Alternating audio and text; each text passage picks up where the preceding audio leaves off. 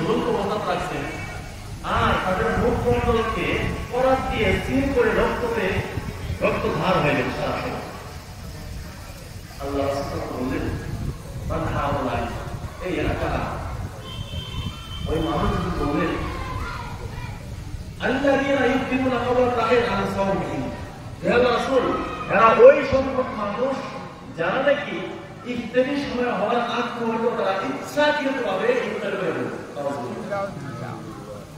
রোজা রাখতো ঠিক,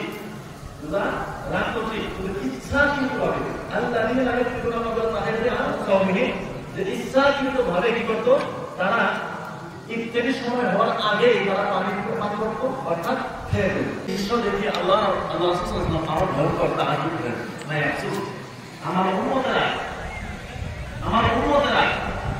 এত সুন্দর হাদিসের উপর এলান করা সত্ত্বেও যদি তারা মাহে রমজান পায় না, যদি মাহে রমজান অবহেলা করে মাহে রমজান না রাখে, আর যদি তারা মাহে রমজানের নিজের কুকর্মের কারণে জাহান্নামবাসী ভয় দেয়, তাহলে তাদেরও এই অবস্থায় আলাপ করা হবে।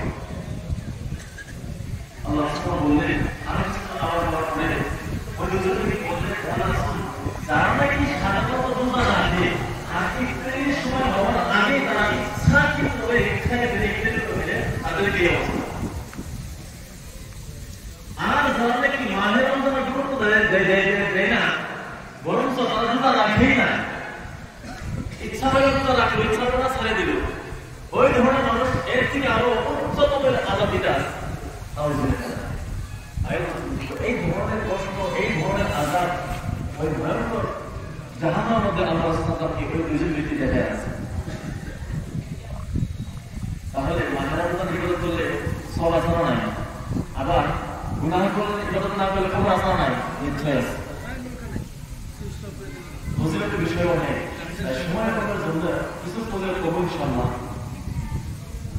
যারা নাকি মাহে রমজানের শ্রম পালন করলো,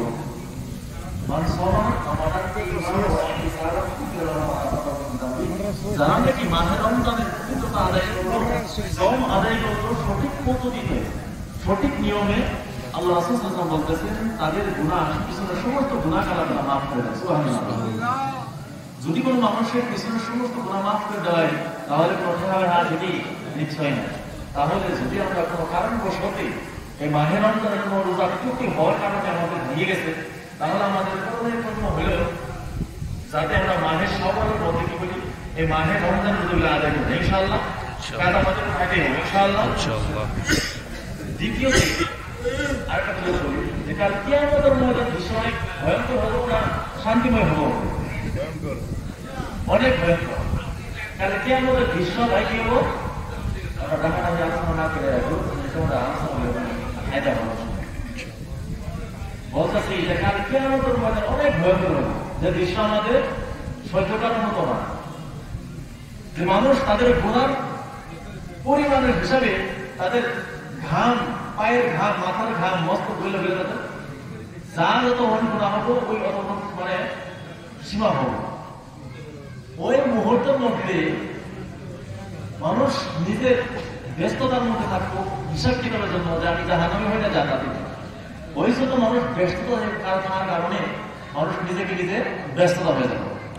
কিন্তু কিছু সংখ্যক মানুষ তাদেরকে আল্লাহ একটা স্পেশাল হিসেবে আরশের নিচে পবিত্র একটা দস্তরখানার মধ্যে তাদেরকে খাওয়ার জন্য আহ্বান জানার সাথে সাথে তারা খাওয়ার মধ্যে ব্যস্ত থাকে। যারা নাকি নিজের হিসাব কিতাব নিয়ে ব্যস্ত, তারা তাহাজ্জুদ করবে, হায় আল্লাহ মান হাউলা, এরা কারা? তোর কোনো চিন্তা ভাবনা নাই নাকি? তারা যে এই ভয়ঙ্কর দৃশ্যের মধ্যে খাওয়ার জন্য ব্যস্ত আছে।